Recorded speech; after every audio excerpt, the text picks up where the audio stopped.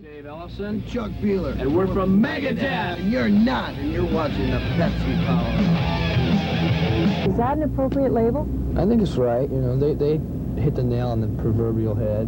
You know, it's like with me, I like to tap people's curiosity when it comes down to thinking. Not very many people think. The average education level in the world is a 5th grade reading level. You know, and you figure 5th grade, 5th grade I was like just learning what girls were about, you know, and to think that that's where people's brains stop, you know, it's no wonder so many people get divorces. But anyways, you know, there's all kinds of ways to educate yourself, and most people learn how to drink real well or to ruin people's lives, and we want to help people out, you know, like make them learn how to read and make decisions for themselves. And you think you can do that through the lyrics? Well, yeah, if you look at a word like anathematize, when you say, what does that mean? You look it up in the dictionary, you know, it means like to put somebody under a spell. You know, it's a good word. I mean, not very many people can use anathematize in their day-to-day, you know, vocabulary, but once you start using the dictionary, you start getting interested, and you might buy yourself a book or something and start reading a little more or whatever. People are saying that kids don't really listen to the lyrics. Do you think that's true?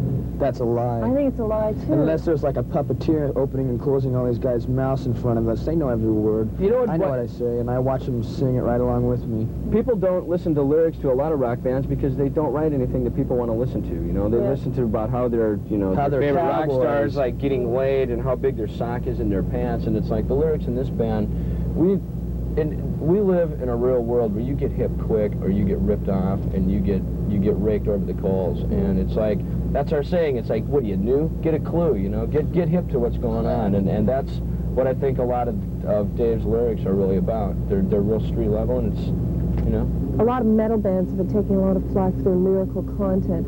Have you people fallen into that same problem? When you stand on your own 2 feet and do things your way, you're always going to get flack from people. And we're, you know... We may hear flack, but we don't take it. Yeah, we don't take it at all. Because it's like you can only listen to what people say for so long, and if you listen to everything everyone says, you're going to be running in circles chasing your tail, then you're wondering what's the right thing to do. Yeah. You just got to do and stick with what you believe from the beginning, and if obviously it's working.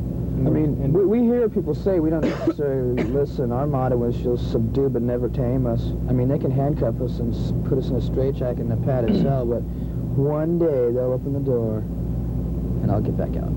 What is it about Megadeth that you won't find in other thrash bands?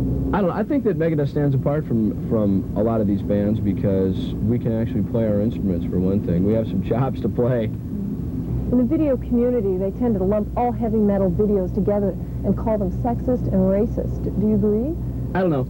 I think, especially with Megadeth videos, we don't talk about sex and drugs and, you know, life on the road, except for the song 502 on our new record, which is definitely the day in the life of a, you know, Megadeth tour bus. You know, life on the freeway is hell, but that's okay because, you know, got nothing better to do. But I don't know. I think that, you know, our videos are a little bit, especially Peace Sells was definitely a concept video. It had a lot to do with just like everybody's everyday way of life from the time you wake up in the morning till the time you go to sleep. You know, it's like get off our backs, you know, we're doing our thing. We have long hair, but we're not stupid. And that's kind of what Peace Sells in a summary is all about. Split off from them. And every piece that I read about Megadeth, there's always some comment about Metallica and Megadeth.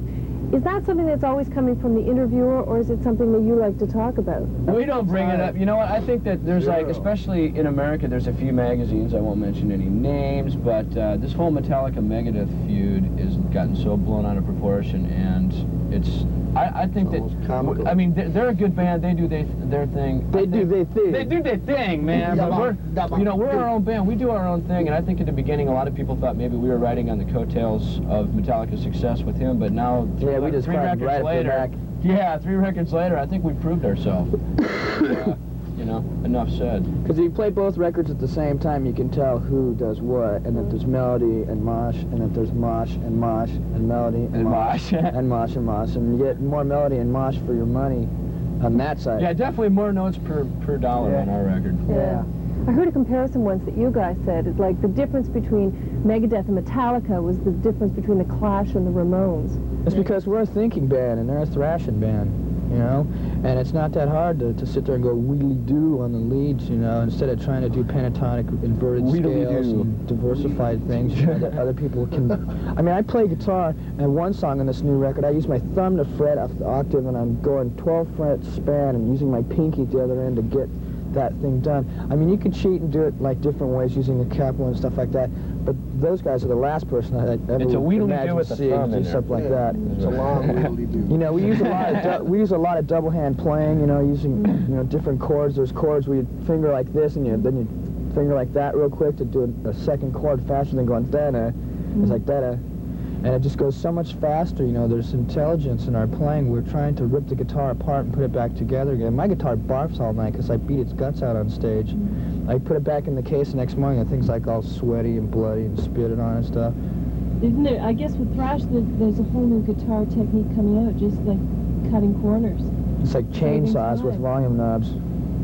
Saving time, so you get the notes in less time. Yeah. No, we don't. We have a couple. We're about taking the time to do it right, so it sounds the best. We have a couple of ballads on the new song. That, I mean, when I set out to start this band, I wanted it to be the utmost furious, ultra-heavy band in the world, and I knew that speed, you know, does not necessarily go hand in hand with talent. And that's why when people say, well, oh, what kind of band do you think you are, man? What kind of name do you think you are? You know, thrash metal, speed metal, death metal, black metal, gore metal, this, that. They say Megadeth.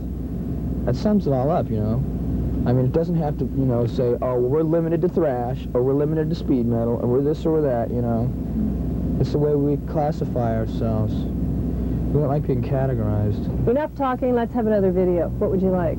Oh, this is the Pepsi Power Hour, and you...